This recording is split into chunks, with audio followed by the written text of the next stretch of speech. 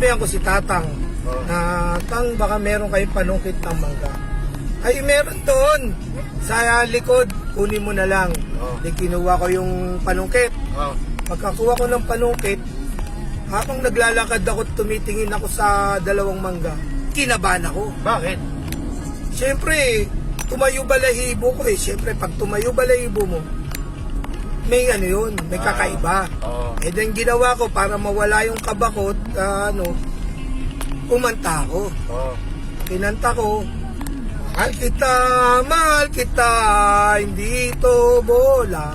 Habang sinusungkit ko yung yung mangga. Pagka sinungkit ko ng mangga, may kumanta. Sabi niya, bayad ko yan, di yan mangga.